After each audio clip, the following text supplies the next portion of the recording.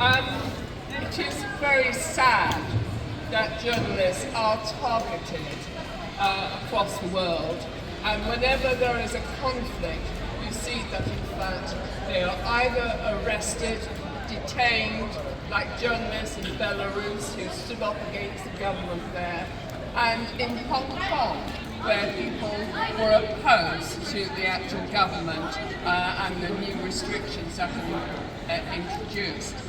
What I want to focus on is in fact the situation regarding the police bill and its possible effects, probable effects on how it's going to affect you.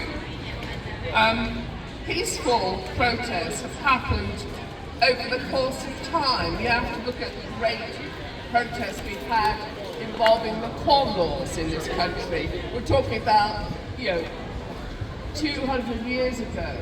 There has always been a form of protest, and not only here, but in other parts of the world. We see the right of protest as a given, a right.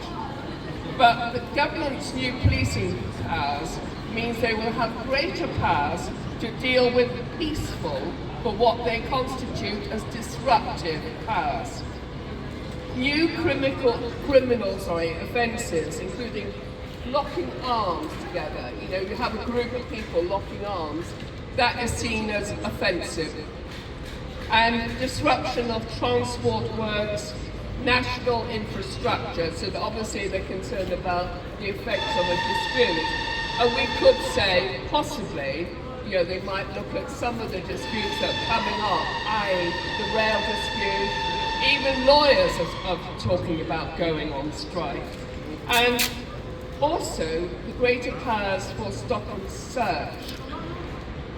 The right to freedom of expression and freedom of assembly are protected under the Articles 10 and 11 of the European Convention on Human Rights, and the government has been told to revise the new policing bill to ensure these rights are protected.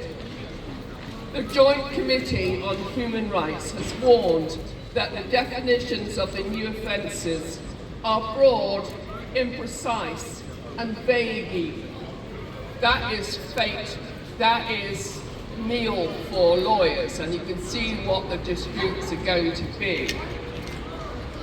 Locking on, which I said refers to linking arms, this could be met with a prison sentence of up to 51 weeks. I mean, just locking an arm and you get jailed for nearly a whole year? Tell me that is right or wrong. The police already have powers to control protests that disrupt daily life, where roads are blocked, monuments are damaged, and intimidation is used, leading to violence. But these powers that the government is thinking of go further to restrict protests, particularly if they are deemed too noisy. Now, I just want to do a little experiment. Let's shout and see whether you can make a noise. Just say, no. No. Yes. Yes. Freedom. Freedom. Rights. Rights. To protest. To protest. Thank you. I make my point. There is different levels of protest, different levels of noise.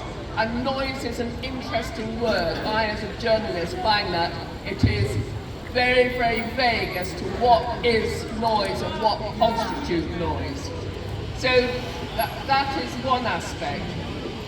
The Joint Committee on Human Rights has called on the government to strike a balance between protecting the right to protest and protecting the wider public from disruption.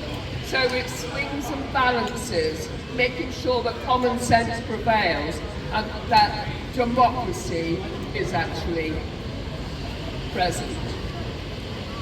It is feared that the because of the vagueness of the new criminal offences, this will criminalise peaceful protests. People will be told that in fact they are causing a problem because they are protesting. But many of us have got issues in which we want to protest about. So are we going to be criminalised and say, I don't like it, I oppose it? So be aware. And stop and search powers, which we know there's been a lot of controversy over, will be widened if the police believe any individual has a prohibited object. Then you tell me, what is a prohibited object? This law that is being put forward is so vague, it's unbelievable, and you could get incarcerated, in jail. As I said, the police have had many powers under the Public Order Bill, and what this bill could do is put a long-term block on the individual exercising their right to protest peacefully.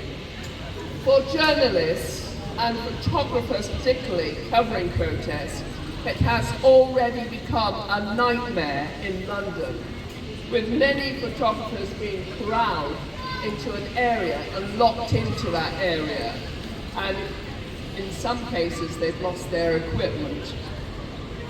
The difficulty is that this could be extended and that journalists will not be able to do their jobs, report on events, take pictures, and I think that is an imposition that we need to protect.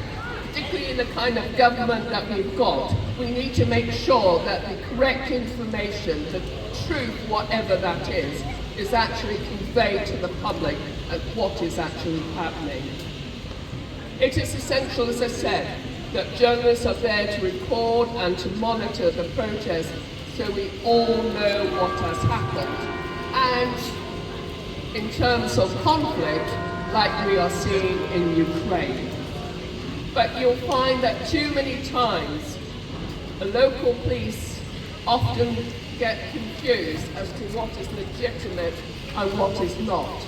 And we have had several problems in Nottingham whereby the police say there isn't a cordon, we don't have a right, and so we have to go to the chief constable or the head of corporate affairs to make sure that journalists can go about and take pictures, take photos, report, and make sure that their job is not